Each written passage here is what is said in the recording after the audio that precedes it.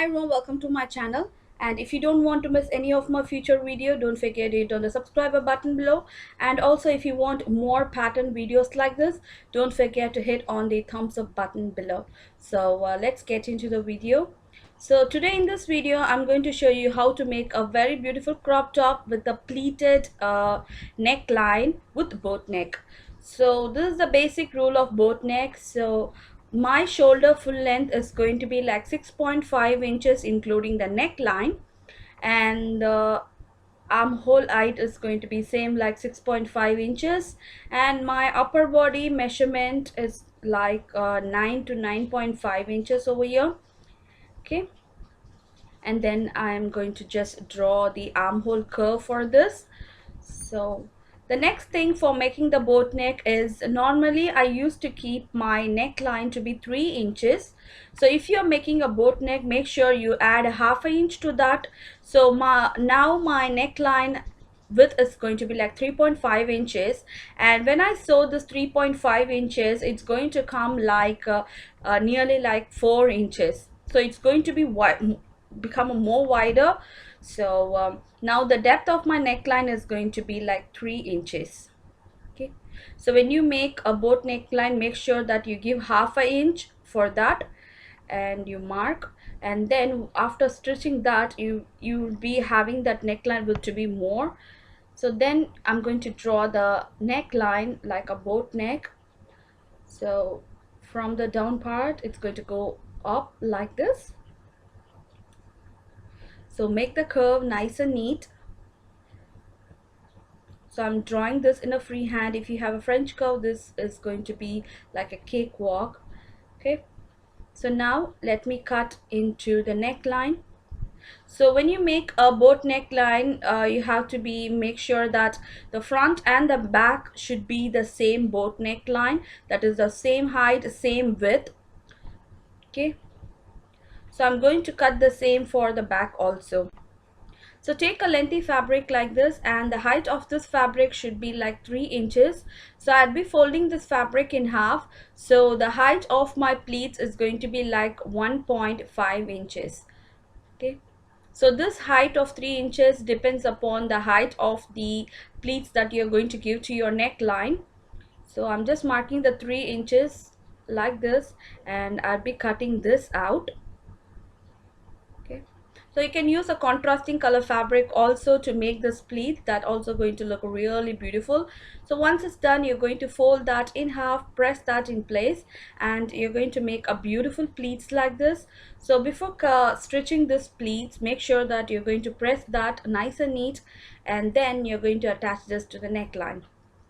Okay, so now let me show you my back neckline. This is going to be the front piece, and same like this I have made my back piece also. The back piece is also going to be like a boat neckline, and if both the piece are in boat neckline with a closed neck, you can't get into the dress. So that I'm going to make a small opening at the back side till like 4 inches. So this is the back opening for the crop top, and I'm going to sew this. So first you're going to prepare the pleats.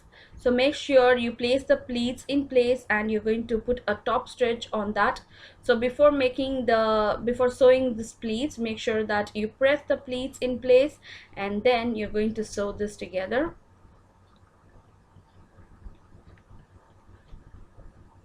So you're going to sew the front part of the pleats, and then you're going to sew the back part of the pleats, and then you're going to join both the pleats together with the shoulder. So little by little, make sure that all the pleats are in the same length, and you're going to sew a beautiful pleats like this. So now you can see I have prepared the pleats. So take the pretty side of the fabric, and you're going to sew this pleats on the exact raw edge of the neckline. Make sure both the raw edges matches together, and you're going to sew this. Okay, so if you want, you can add the interfacing canvas also on top of this, but for today's project I'm not going to use the interfacing canvas. So this is the back side. So half the way you're going to cut, and then you're going to sew the half the way of the neckline. So make sure that you match the raw edges, and you're going to sew that on top like this. little by little. So now you can see how beautiful it is. The pleats are in a same way and are in same length. So once it's done by sewing, you're going to add some notches. Make sure that you add a multiple notches, because when you add a pleats to the fabric, it's going to be really thick. So to get into the exact shape of the neckline, you have to add multiple notches all around the curve, and all you're going to do is you're going to flip that out. So you can see the pleats is popping out nice and neat. So you can try this for the blouse, churidar, whatever you make, your kurta, kurti, kameez. So it's going to look really beautiful and trendy. So all you're going to do is you're going to sew on top. So I have pinned that in place little bit so that I want to be in track in the exact U neckline. I mean the boat neckline. So little by little I'm sewing that like this. So always the boat neckline would be a little bit wider than the normal neckline, and the shoulder also would be really small when you compare to the normal neckline, so that the front and the back piece should have the same neckline to match the shoulders. So same like this I'm going to sew my back side. So you're going to cut the pleats of one side and you're going to attach it same like to the other side like this. Okay.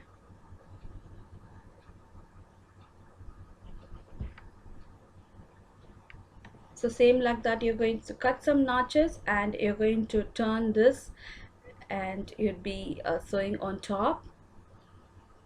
So make sure you cut a deep notches, and you should not cut into the thread.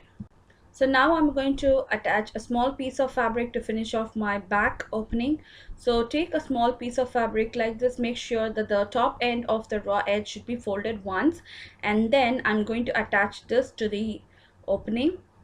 So all you're going to do is very simple. You're going to sew it like a V. So before sewing, make sure you add a 3 pins, 2 pins at the top and 1 pin at the bottom, so that the fabric doesn't move from the place. And this is the center point of the V. First mark the center point, and then you're going to draw a V shape where you're going to sew this fabric on.